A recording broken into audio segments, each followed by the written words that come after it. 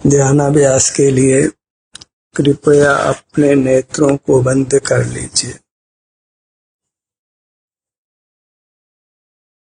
बाहर पर पदार्थ हैं और पर पदार्थों को विषय करना आपराधिक है। परावलंबन रूप है, पराधीनता रूप है। अपने आभ्यंतर शरीर का एहसास करते हुए रहिए। यही अपने पर निर्भर रहना है, स्वाधीन रहना है, स्वावलंबी रहना है, उत्तम अतीन्द्रिय सुख को भोगना है। एक ही प्रयास करना है कि हम आत्मनिर्भर हों, अपने ही आभ्यंतर अमूर्त शरीर पर निर्भर हों, स्वावलंबी रहें, पराश्रय नहीं रहे। जीने के लिए पर पदार्थों की आवश्यकता नहीं रहे। अपनी ही मूर्त के अवलंबन से हम सुख से जीते रहें। इसी में उत्तम सुख की प्राप्ति है, स्वाभिमान की रक्षा है। हम रोग आदि से, वेदना से मुक्त रहते हैं। इसी से जन्म मरण से मुक्त होकर निर्वाण को पा सकते हैं।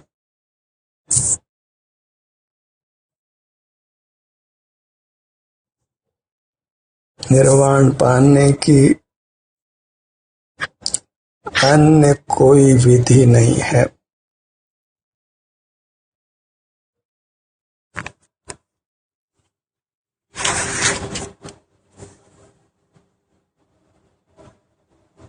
मार्ग अत्यंत सरल है, सुगम है। अपने ही आभ्यंतर शरीर पर निर्भर रहना, अपने स्वरूप पर निर्भर रहना, सुख के लिए पर की ओर नहीं देखना पड़े, पर की आवश्यकता नहीं रहे। हम स्वयं से ही सुखी हो जाएं।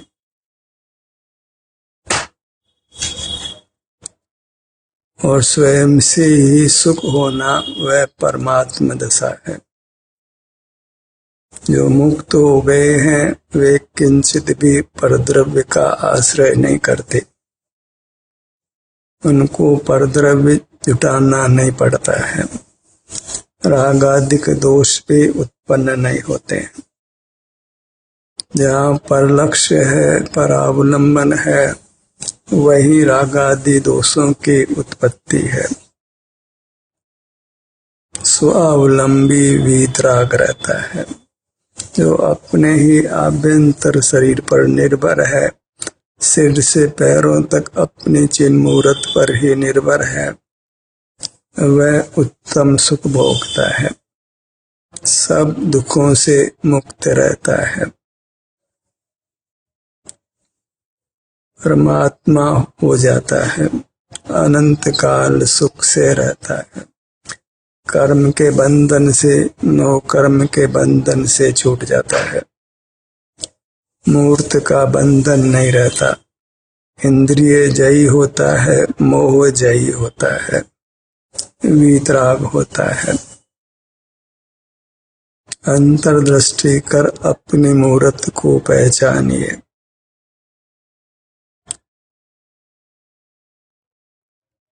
इसी पर निर्भर रहना है।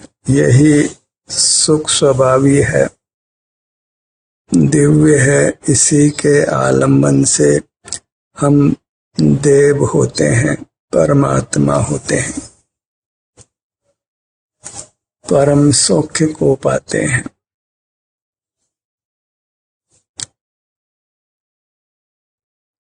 स्वावलंबी होने से सुगम कार्य लोक में दूसरा कोई नहीं। दुख परावलंबन से है, स्वावलंबन से कुछ दुख नहीं। स्वावलंबी जीव स्वस्थ रहता है, सुखी रहता है। अपना आभ्यंतर अमूर्त शरीर ही स्वद्रव्य है, अपना है, वही हम हैं।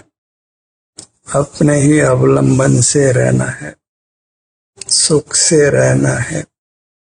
फिर जन्म भी नहीं, मरण भी नहीं, जरा भी नहीं, रोग भी नहीं, भूख प्यास भी नहीं, सर्दी गर्मी वर्षा आदि कोई दुख नहीं, अपयश का दुख नहीं। नाना प्रकार के दुख हैं, स्वावलंबी को कोई भी दुख नहीं, और परावलंबी क्रम से सर्व दुखों को भोगता है।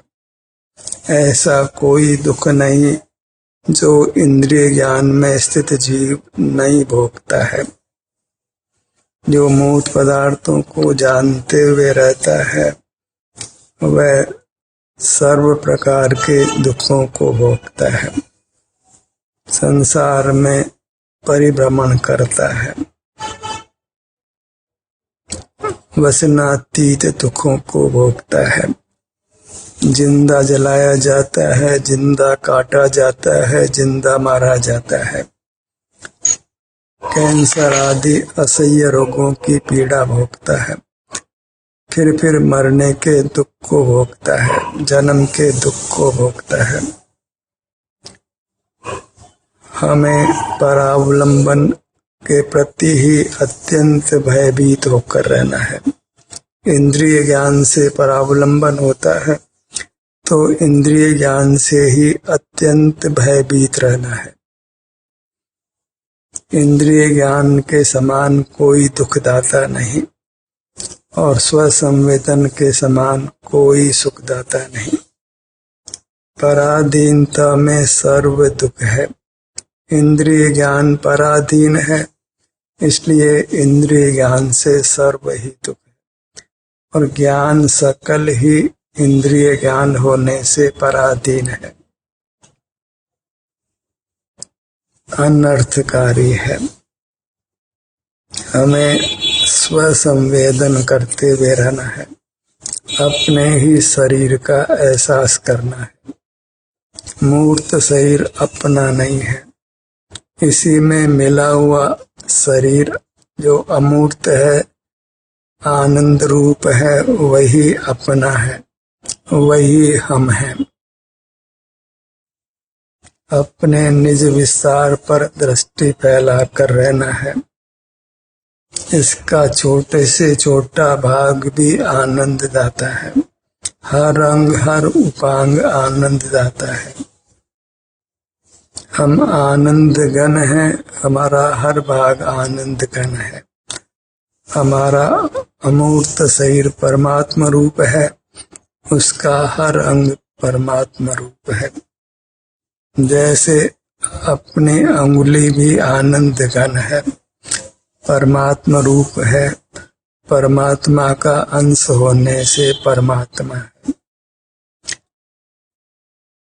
अपनी छोटी सी अंगुली उसके छोटे से भाग का अवलंबन भी आनंद देता है, आनंद रूप है। अपनी छोटी सी अंगुली को भी परमात्मा देखना है, आनंद घन देखना है, उसके प्रति भक्ति भाव लाना है। अपना ऐसा भी कोई भाग नहीं जो आनंद दाता नहीं हो, परमात्मा रूप नहीं हो। हर भाग को परमात्मा रूप देखिए, आनंद रूप देखिए, और उससे युक्त रहकर आनंद भोगिए।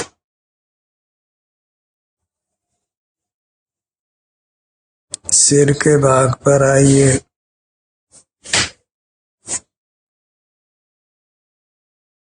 यहीं से हम परमात्मा दर्शन प्रारंभ कर रहे हैं, स्वावलंबी होने का प्रयत्न कर रहे हैं। अपने ही अमूर्त शरीर पर निर्भर होना है, वही वास्तव में परमात्मा होना है, आनंद भोजी होना है, सर्व दुखों से मुक्त होना है। ललाट के भाग पर आइए।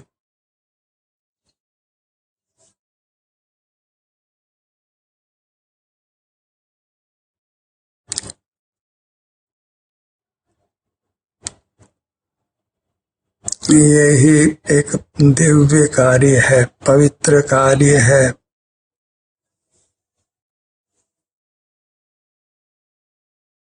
यही परमात्मा की उपासना है, जिसमें कुछ भी इंद्रिय ज्ञान नहीं, कुछ भी काय चेष्टा नहीं, कुछ भी वचन चेष्टा नहीं, कुछ भी श्वासोच्छ्वास की क्रिया भी नहीं।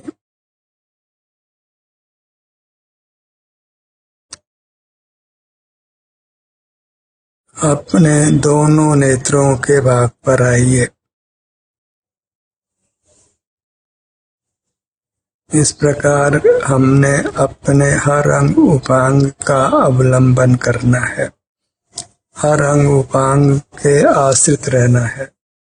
इसी से पर पदार्थों की आवश्यकता से हम मुक्त होते हैं, शारीरिक दुखों से मुक्त होते हैं, वैश्विक दुखों से मुक्त होते हैं, वैश्विक सुख से भी दूर वर्तते हैं। कानों का भाग।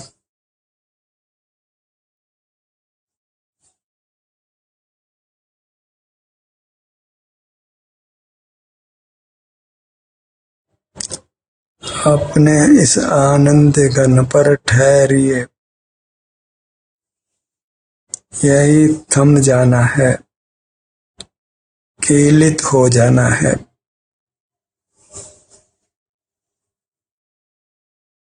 इस सुख से च्युत नहीं रहना है, रहित नहीं रहना है।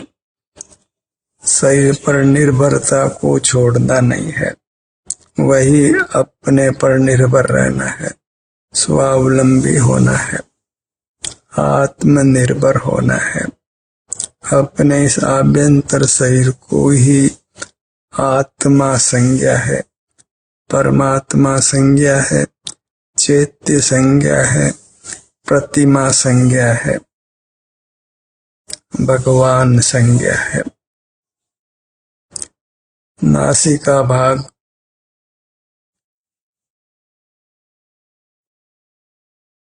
एक ही भावना भाई एक की पर निर्भरता समाप्त हो, हम अपने ही दिव्य शरीर पर निर्भर रहें, अपना ही सुख भोगते हुए रहें। न धन का आश्रय हो, न परिजनों का, न मित्रों का। अपना ही आभ्यंतर अमूर्त शरीर हमारा साथी हो, और सब पदार्थ कभी हमारे साथ सदा नहीं रह सकते हैं।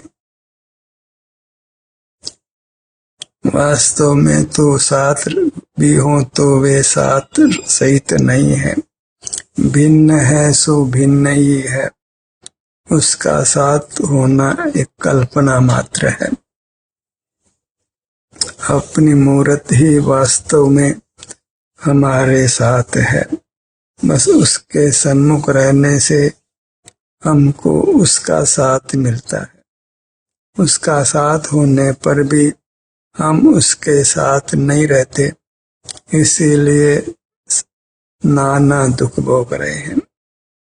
अपनी मूर्त की ही शरण है, पर हम बहिर्मुख रहकर उसकी शरण को ग्रहण नहीं करते हैं, अशरण हो जाते हैं। दोनों होठों के भाग पर आइए।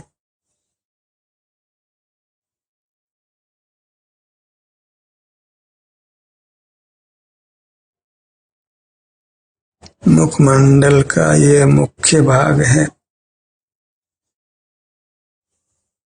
दोनों होठों का एहसास कीजिए, यहाँ की संवेदना को पुनः पुनः भोगिए। होठों के मिलने से एक विशिष्ट संवेदना है, उसको भोगिए।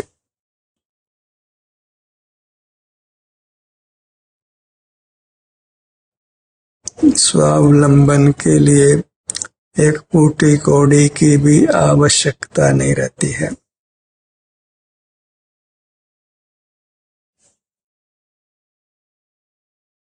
मुख के भीतर दंत पंक्ति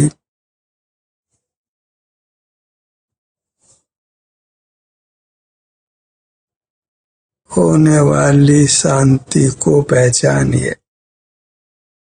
इसी से हमारा स्वास्थ्य उत्तरोत्तर अच्छा होता जाता है, आनंद बढ़ता जाता है, पर पदार्थों की आवश्यकता मिटती जाती है, इंद्रिय ज्ञान और विचारों से मुक्त रहते हैं, तनाव से रहित रहते हैं। जिह्वा तालु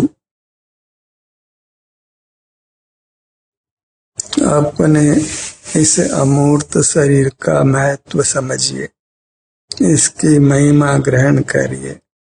इसके छोटे से छोटे भाग की अनंत महिमा है।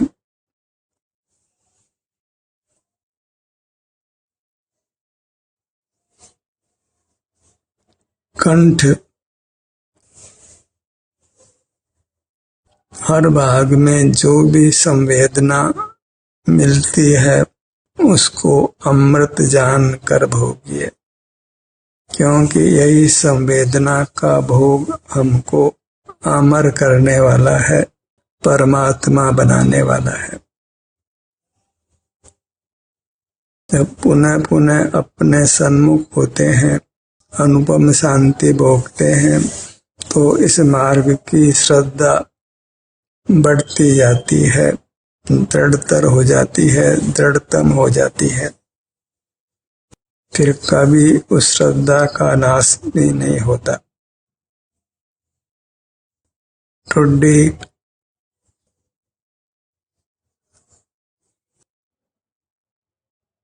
मोक्ष मार्ग की अटल श्रद्धा कीजिए, निसंक रहिए, ताकि इस मार्ग का कभी विस्मरण नहीं हो, हम परावलंबी नहीं हो।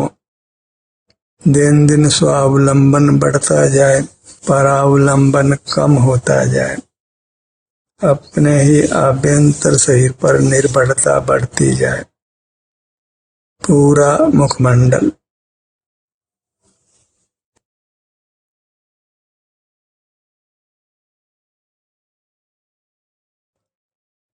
स्वानुभव से ही आनंद बढ़ता है, फिर हम आनंद घन हो जाते हैं, कभी आनंद नाश को प्राप्त नहीं होता।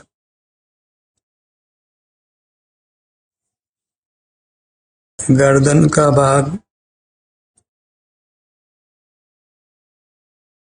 उद्गल पर निर्भरता को मिटाना है, उसके लिए अपने अरूपी काया पर निर्भर रहना है। इतना ही मोक्ष मार्ग है, इतना ही धर्म का स्वरूप है। हमने धर्म को विकल्पों में ही खो दिया है, नाना वाचनिक कायिक क्रियाओं में ही खो दिया है।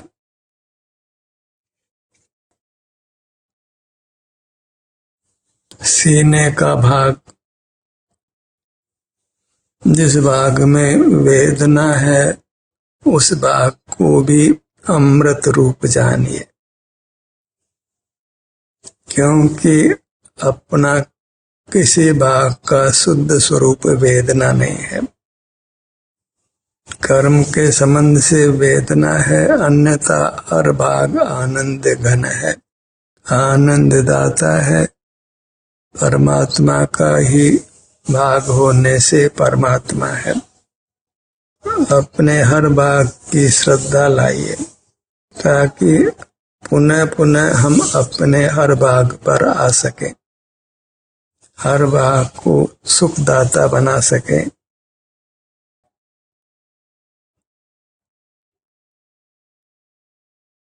पूरा सीने का भाग इस प्रकार अपने आभ्यंतर शरीर पर निर्भर रहने की आदत डालिए, संस्कार डालिए। इसी प्रकार जीव अपने को संस्कारित करता है। यही संस्कार हमको लेकर जाना है। यथार्थ संस्कार यही है, यही चारित्र है, वीतरागता है, धर्म है। अपने में एकत्व होना और पर से विभक्त होना है, स्वानुभव युक्त रहना है। इसी से हम परमात्मा रूप होते हैं, इसी से हमारी शोभा है। पेट का भाग जिन अंगों का हमको परिचय है, स्पष्ट संवेदन है, उन्हीं अंगों का आश्रय करिए। कल्पनाओं में नहीं जीना है। जिन भागों में हमने आराम या वेदना की स्थिति को भोगा है, उन्हीं भागों के सन्मुख रहिए। यथासंभव शब्दों का आश्रय नहीं करना है। जो भी अपने शरीर में आराम या वेदना की स्थिति है, उसको ही निर्विकल्प रूप से भोगते रहना है। पीठ का भाग बायां कंधा, दायां कंधा,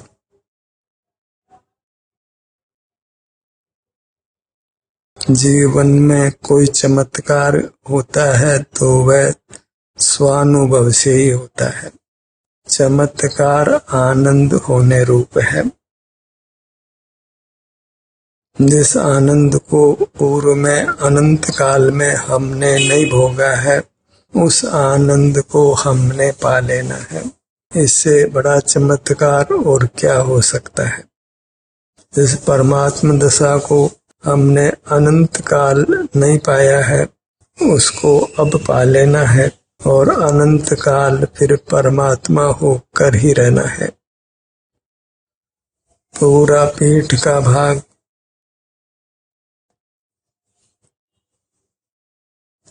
सुख से अपने में निवास करिए, अपने अमूर्त शरीर में निवास करिए। शेष जीवन स्वावलंबी ही जीना है। अपने आभ्यंतर शरीर के संवेदन से ही जीना है। बाह्य पदार्थों का आश्रय कम करते जाना है, तभी समाधि की स्थिति में, ध्यान की स्थिति में हम आयु पूरी करेंगे।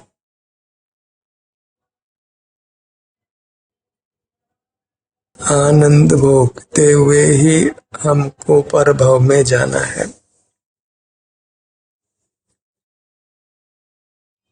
स्वावलंबी रहते हुए जाना है।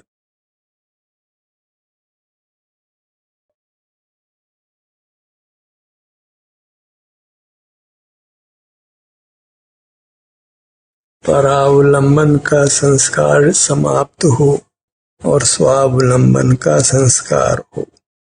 मूर्त पदार्थों की महिमा नहीं लेना है।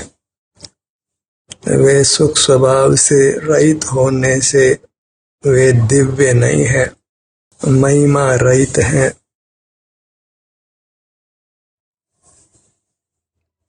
जड़ पदार्थों में कुछ सारपना घटता नहीं है। उनको विषय करने वाले ज्ञान में भी कोई सारपना नहीं है। मूर्त भी निस्सार है, असार है, और उसका ज्ञान भी निस्सार है, असार है। अपनी चिन्ह मूर्त ही सारभूत है, उसका अनुभव संवेदन ही सारभूत है। दाहिनी भुजा ऐसे जब आप अपने मूर्त के सन्मुख होते हैं तो आनंद की बड़वारी होती है, उसको पहचानिए। उस पहचान के बल पर ही आप पुनः पुनः अपने सन्मुख होकर आनंद भोगने वाले हैं। दाहिनी हथेली 5 अंगुलियां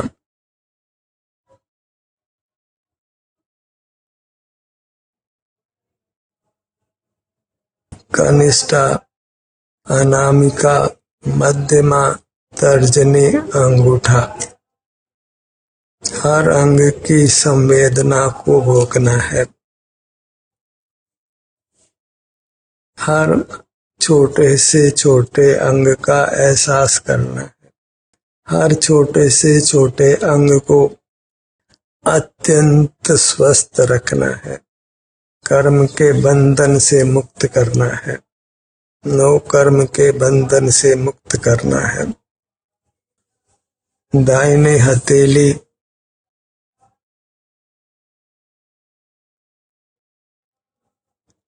हथेली का पिछला भाग कलाई, कलाई से कोहनी तक आगे की भुजा, कोहनी से कंधे तक की ऊपर की भुजा। ये मुक्ति पाने का अनुष्ठान है।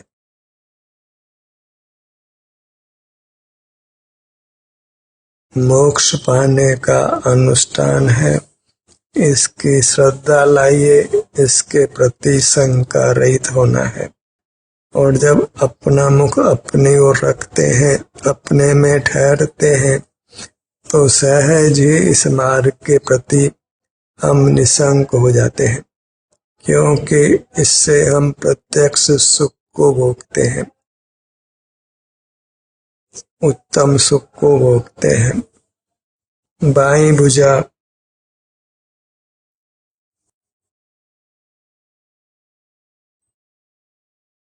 इस कार्य के प्रति ईमानदार होना है। निरंतर इसकी बढ़वारी करना है। दाहिना पैर पगतली 5 अंगुलियां, घुटना, जंगा। बायां पैर पगतली 5 अंगुलियां, एड़ी, पिंडली, घुटना, जंगा। अपने मूर्त के विभिन्न अंगों को कोई नाम दिया गया है, पर जब आप अपने सन्मुख होकर ठहरते हैं, तो फिर उन अंगों के नाम का विकल्प भी नहीं रहता है। केवल शांति का भोग ही रहता है। वह शांति अनुपम है, अद्भुत है, अतीन्द्रिय है, वीतराग है। इस शांति को पहचान कर अपने ही विभिन्न अंगों के अवलंबन के द्वारा इस शांति की बढ़वारी करना है और इसको पूर्ण करना है, परमात्म दशा को पाना है। ध्यान का सत्र यही समाप्त होता है।